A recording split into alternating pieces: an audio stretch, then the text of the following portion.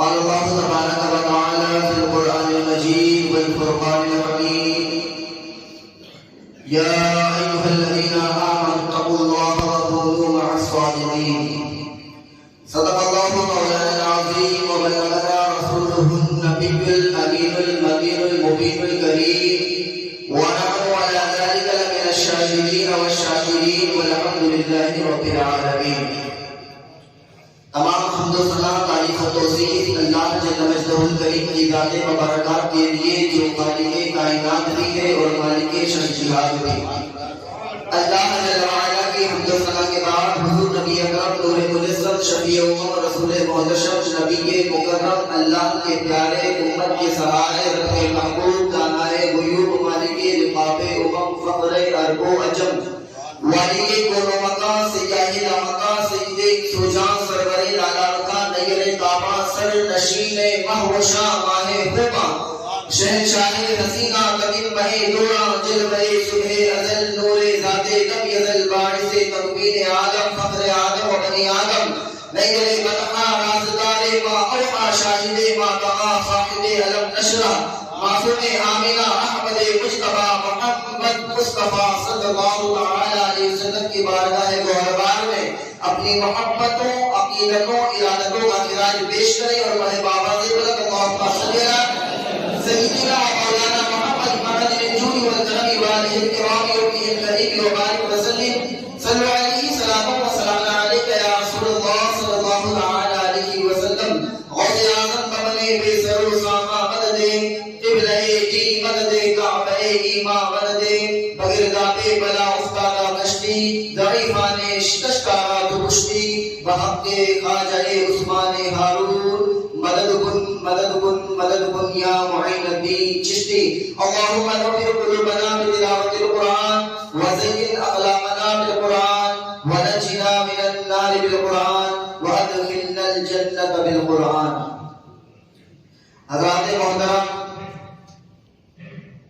ابھی میرے حضرات کے سامنے قرآن مجید فرقان حمید سے آیت مبارکہ تلاوت کرنے کا شرف حاصل کیا، برکتیں حاصل کی.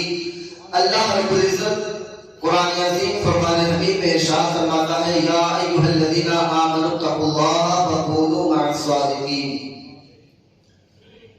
رب ذوالجلال فرماتا ہے اے ایمان والو اللہ سے ڈرو، تقوی حاصل کرو یعنی اللہ سے ڈرو، وکونوا مع الصادقین اور سچوں کے ساتھ ہو جاؤ. یہ اعلان، یہ حکم، یہ صرف اور صرف مومنوں کے لیے ہے، کسی اور کے لیے نہیں. جو لوگ کہتے ہیں کہ غوث پاک کی بارگاہ میں جانا شرک ہے، غریب نواز کی بارگاہ میں جانا شرک ہے، یہ حکم ان کے لیے ہے بھی نہیں. کہہ دیجیے سبحان اللہ.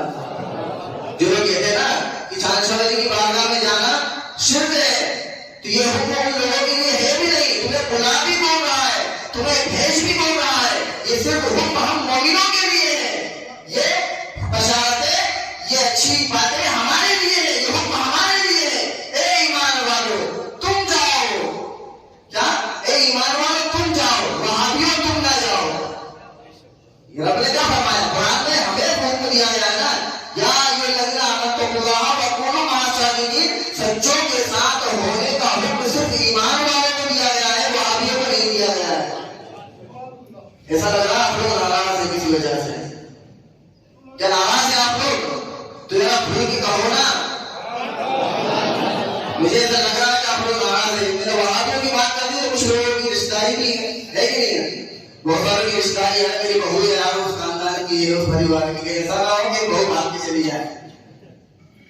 تم بہو کو راضی کر لو اور رسول کو ناراض کر دو. کیا ایسا ہے؟ رسول کو راضی کریں گے، بہو کو راضی کریں گے؟ رسول کو راضی کریں گے نا. اور جس نے رسول کو راضی کر لیا اس کا رب بھی راضی ہو گیا انشاءاللہ. تو ہمیں رشتہ داری نہیں دیکھنا ہے، خاندان نہیں دیکھنا ہے، پڑوسی کا لحاظ نہیں کرنا ہے. پڑوسی کا لحاظ اس وقت کیا جائے گا جب وہ ایمان والا ہوگا. رشتہ داری کا لحاظ اس وقت کیا جائے گا جب وہ ایمان والا ہوگا. ساری رشتہ داری، سارے تعلقات، سارے رشتے ناطے سب ایمان پر مبنی ہے. ایمان والا ہے تو سب کچھ قربان ہے، اور اگر ایمان والا نہیں ہے تو کچھ بھی نہیں ہے اس کے لیے.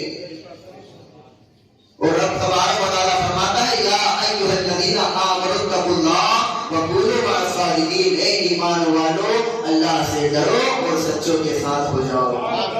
تو یہ ہمیں حکم جو سچوں کے ساتھ ہونے کا دیا جا رہا ہے، ولیوں کی بارگاہ میں جانے کا حکم دیا جا رہا ہے، یہ صرف ہمیں دیا جا رہا ہے، وہابی کو نہیں دیا جا رہا ہے. ٹھیک ہے، یہ بات ہمیشہ یاد رکھیں. جو کہے تمہیں کہے کہ ولی کی بارگاہ میں نہ جاؤ، تو تم اسے یہ آیت پڑھ کر کے سناؤ کہ ہم ایمان والوں کے لیے حکم آیا ہے، وہابی کے لیے نہیں آیا ہے. ٹھیک ہے، یہ بات ہمیشہ یاد رکھنا. تو اللہ تبارک و تعالیٰ نے ارشاد فرمایا یا ایھا الذین آمنوا اتقوا اللہ. تو تقوی کا معنی کیا ہے؟ کہ اللہ اور اس کے رسول کے فرامین پر عمل کرتے ہوئے پوری زندگی گزار دینا. اللہ اور اس کے رسول کے فرامین پر عمل کرتے ہوئے پوری زندگی کو گزار دینا، یہی تقوی والی زندگی ہے، یہی تقوی کا معنی ہے. سب سے سمپل ترجمہ جو میں آپ کو بتا رہا ہوں کہ تقوی کا معنی کیا ہے. اللہ سے ڈرو. مطلب کیا ہے؟ مطلب یہ ہے کہ اللہ اور اس کے رسول کے فرامین پر عمل کرتے ہوئے پوری زندگی کو گزار دینا، یہی تقوی ہے. یہ تقوی کا سب سے سمپل معنی ہے.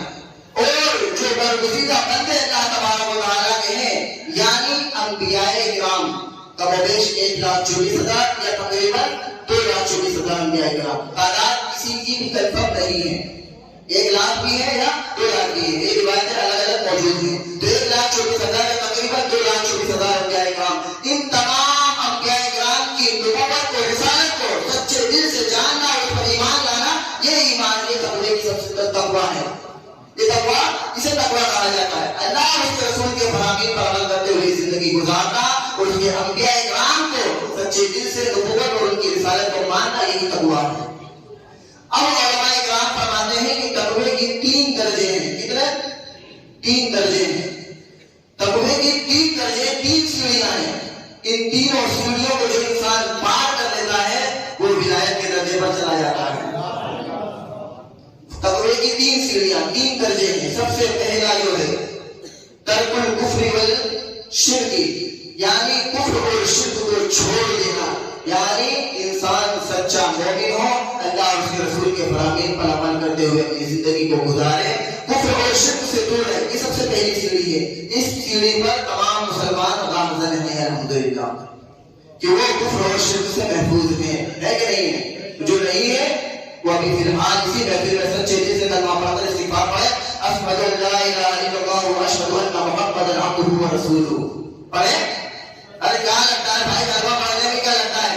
انسان کبھی بھی ایمان سے خارج ہو جاتا ہے. اس لیے علماء کرام فرماتے ہیں دن بھر میں آپ کو کثرت کرنی چاہیے کلمہ شریف کی. نہ جانے کب آپ کا ایمان آپ کے ساتھ دور چلا جائے، آپ سے زبان سے نکل جاتے ہیں کچھ کلمات، ہمیں معلوم ہی نہیں ہے کہ ہم ایمان سے چلے ہیں یا ہمارا ایمان ہم سے چلا گیا، ہمیں کوئی خبر ہی نہیں ہوتی. تو اس لیے کلمہ شریف کی عادت ڈالنا ہے. لا الہ الا اللہ محمد رسول اللہ صلی اللہ تعالی علیہ وسلم، استغفر اللہ ربی من کل ذنب واتوب الیہ. تو سب سے پہلی سیڑھی ترک الکفر والشرک، کفر اور شرک کو چھوڑ دینا، یہ تقوی کی سب سے پہلی سیڑھی ہے.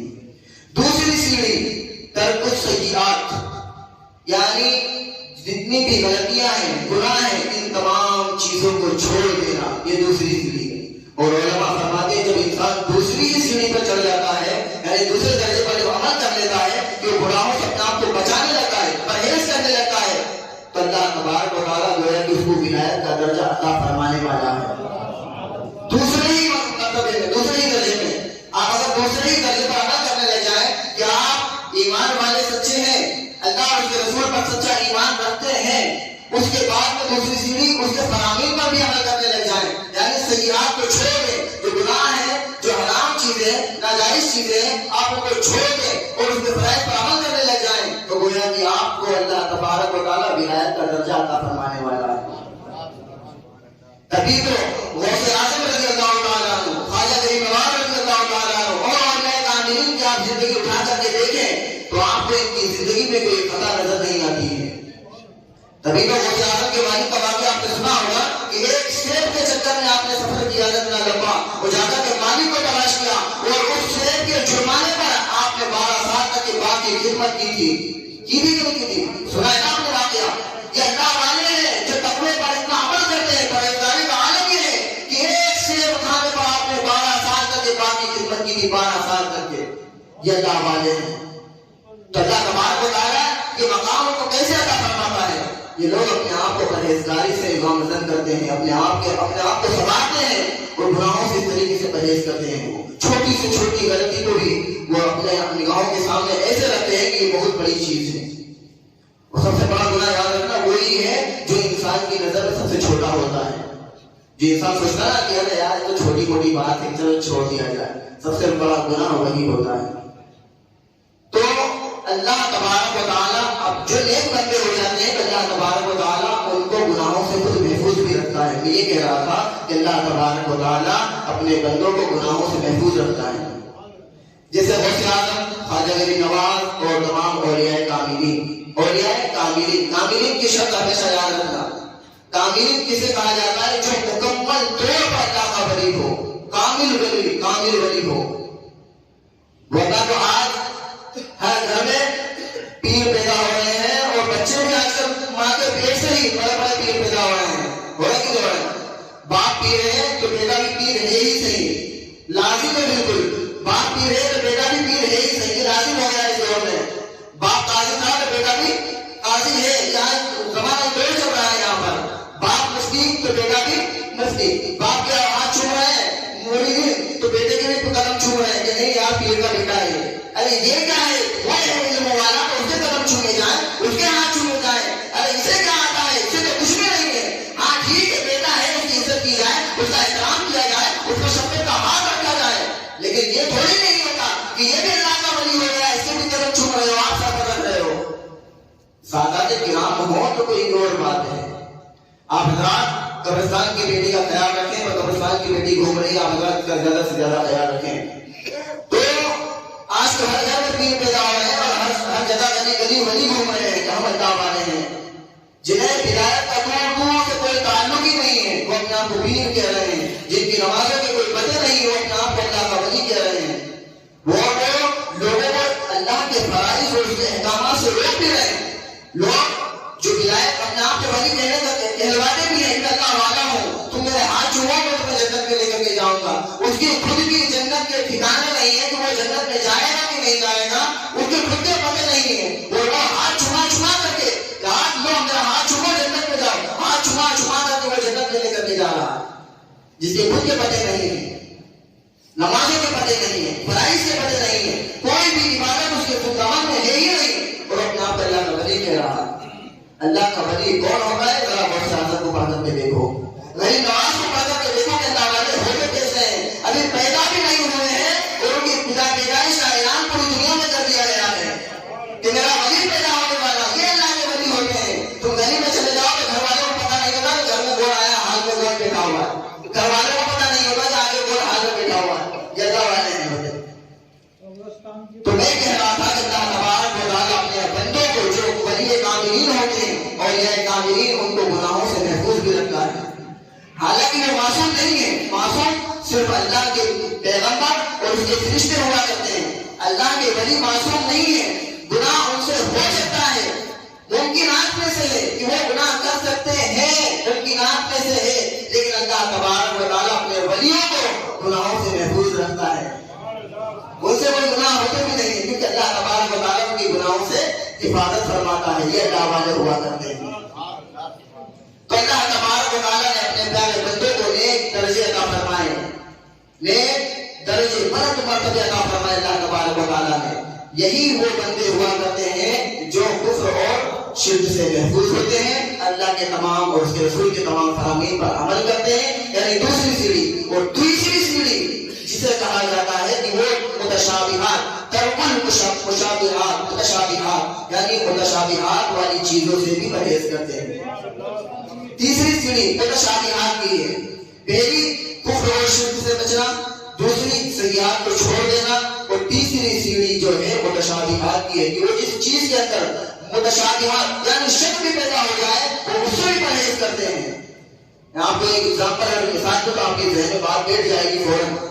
وہ کیا چیز ہے کہ حضرت امام اعظم ابو حنیفہ جن کی ہم تقلید کرتے ہیں، حضرت نعمان بن ثابت رضی اللہ تعالیٰ جن کی ہم فقہ کے معاملے میں تقلید کرتے ہیں، نماز کیسے پڑھی جائے تو امام اعظم نے جو بتایا اس طریقے پر ہم عمل کرتے ہیں، روزہ کس طریقے سے رکھا جاتا ہے، روزے میں کن چیزوں سے بچا جاتا ہے، امام اعظم کی تقلید کرتے ہیں۔ تمام فقہی مسائل میں جو ہم جن کی تقلید کرتے ہیں، جن کے مقلد ہیں، وہ امام اعظم ابو حنیفہ رضی اللہ تعالیٰ عنہ۔ تو حضرت امام اعظم ابو حنیفہ رضی اللہ تعالیٰ عنہ، آپ کے دور میں ایک شخص آپ کے پاس میں آیا۔ یہ متشابہات کی میں آپ کو ایگزامپل اور مثال دے رہا ہوں، ذہن میں بٹھا لیجیے کہ متشابہات کیا چیزیں ہیں۔ یعنی حضرت امام اعظم ابو حنیفہ رضی اللہ تعالیٰ عنہ، آپ کی بارگاہ میں ایک شخص آیا اور آ کر کے کہنے لگا کہ حضور میری بکری گم ہو گئی ہے، آپ میری بکری کی یہ دعا کر دیں کہ وہ مل جائے۔ کیا ہوا؟ بکری گم ہو گئی، آپ دعا فرما دیجیے۔ وہ چلا گیا دے کر کے، آپ نے دعا فرما دی، لیکن آپ نے اسی پر اکتفا نہیں کیا۔ آپ کی ذہنیت دیکھیے، آپ کا دماغ دیکھیے اور آپ کی سوچ دیکھ لیجیے کہ کہاں تک جا رہی ہے۔ حضرت امام اعظم ابو حنیفہ رضی اللہ تعالیٰ عنہ، آپ نے کچھ قصائیوں کو بلایا، جو ماہر قصائی ہوتے ہیں نا، جنہیں نالج اچھا ہوتا ہے اپنے ہنر کے اندر، ان لوگوں کو بلایا آپ نے، اور آپ نے بلانے کے بعد میں پوچھا کہ ایسی بکری، اس ٹائپ کی بکری، اس کی عمر اتنی تھی، وہ گم ہو گئی، اب وہ کتنے دنوں کے اندر دنیا سے چلی جائے، کب مرے گی؟ مطلب جو قصائی ہوتے ہیں نا، پرانے زمانے کے ماہر، آج کل کی بات نہیں کر رہا میں، پرانے زمانے کے جو ماہر ہوتے ہیں، ان لوگوں سے پوچھا امام اعظم ابو حنیفہ نے مسئلہ کہ کیا مطلب اتنے عمر کی بکری، ایسی بکری کب تک کی دنیا میں رہے گی اور کب مر جائے گی؟ تو ماہر قصائیوں نے، بہت سارے ماہر تھے، سب نے رائے اور مشورہ کر کے حضرت کی بارگاہ میں یہ بات رکھی کہ 7 سال، تقریباً 7 سال تک وہ بکری جیے گی دنیا میں، یا تو اس کے درمیان کوئی اس کو پکڑ کر کے ذبح کر کے کھا لے، وہ ایک الگ بات ہے، لیکن 7 سال تک اس کی عمر رہے گی، یہ لوگوں نے بتایا، لیکن کنفرم نہیں ہے۔ 7 سال تک ماہر قصائیوں کی بات آپ نے مان لی۔ اب اس دن سے لے کر کے حضرت امام اعظم ابو حنیفہ رضی اللہ تعالیٰ عنہ نے 7 سال تک یہ گوشت آپ نے کھایا ہی نہیں۔ تب سے جس دن سے وہ شخص مسئلہ پوچھ کر کے گیا تھا، اس دن سے لے کر کے تو 7 سال تک حضرت امام اعظم ابو حنیفہ رضی اللہ تعالیٰ عنہ نے گوشت کا لقمہ اپنے منہ میں نہیں رکھا۔ 7 سال تک کے، اب 7 سال مکمل ہو گئے، 7 سال کے بعد آپ نے گوشت تناول فرمایا تو آپ کے محبین شخص نے، محبوب شخص نے، قریبی شخص نے پوچھا کہ حضور 7 سال ہو گئے آپ نے بکری کا گوشت نہیں کھایا، آخر معاملہ کیا تھا؟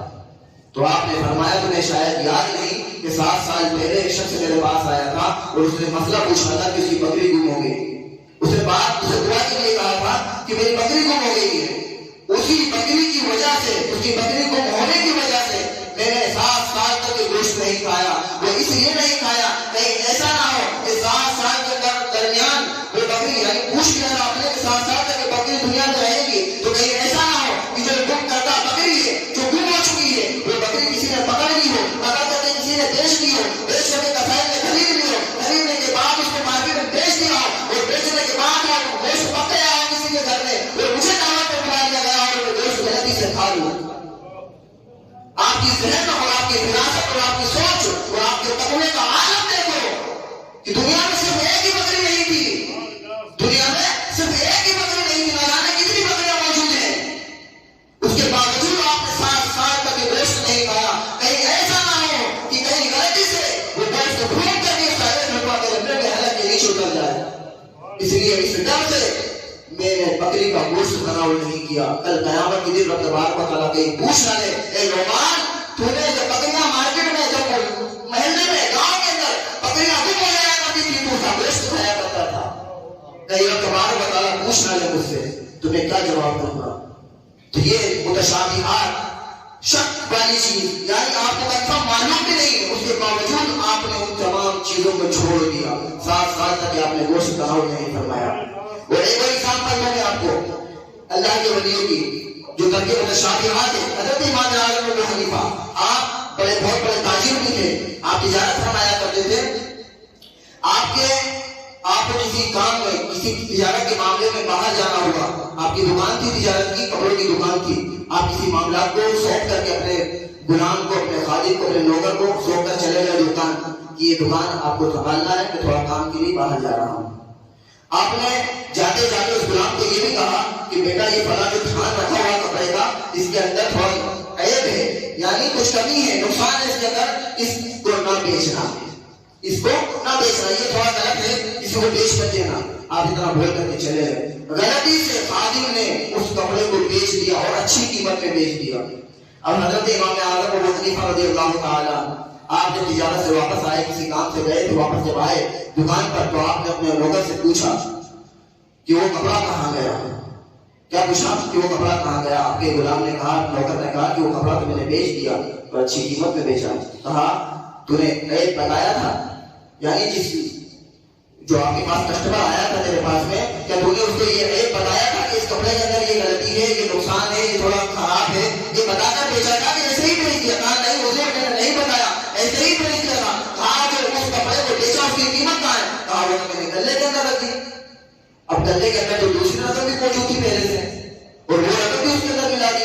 اب حضرت امام اعظم ابو حنیفہ کے تقوی اور متشابہات سے بچنے کا دیکھو, عمل دیکھو, تقوی دیکھو آپ کا, کہ وہ اس گلے کے اندر پہلے سے نہ جانے کتنی رقم موجود تھی, اسی کے اندر کچھ رقم اس خراب ہے والے کپڑے کی بھی رکھ دی گئی. تو حضرت امام اعظم ابو حنیفہ جب اس گلے کو دیکھتے ہیں تو اس گلے کے اندر فرق معلوم نہیں ہوگا کہ اس کپڑے کی قیمت کون سی ہے اور پرانے والے کپڑے کی قیمت کون سی ہے. فرق تو پتا نہیں چلتا نا, تمام سکے ایک جیسے, تمام درہم و دینار تو ایک جیسے ہی ہوتے ہیں, اب پتا کیسے کریں؟ اب حضرت امام اعظم ابو حنیفہ کا تقویٰ دیکھو, تمام گلے کی جو رقم تھی آپ نے سب کو صدقہ کر دیا. کہیں ایسا نہ ہو کہ وہ جو غلطی سے بیچا جائے گا کپڑا, نقصان والا کپڑا, عیب والا کپڑا, اس کی قیمت ایسا نہ ہو کہ میں کھا لیا میرے گھر والے کھا لیں. آپ نے اس متشابہات والی چیز سے بچتے ہوئے آپ نے پورے گلے کو رب کی بارگاہ میں صدقہ کر دیا. یہ ہوتے ہیں اللہ والے. جب بندہ ایسے مقام پر فائز ہو جاتا ہے تو اللہ تبارک و تعالیٰ اسے ولایت کا درجہ عطا فرماتا ہے. اور انہی ولیوں میں سے حضور غریب نواز رضی اللہ تعالیٰ عنہ کی ذات مبارکہ ہے. حضور غریب نواز رضی اللہ تعالیٰ عنہ کی ذات مبارکہ ہے. اللہ تبارک و تعالیٰ نے آپ کو یہ مقام ایسے ہی نہیں عطا فرمایا کہ تمام سیڑھیوں پر آپ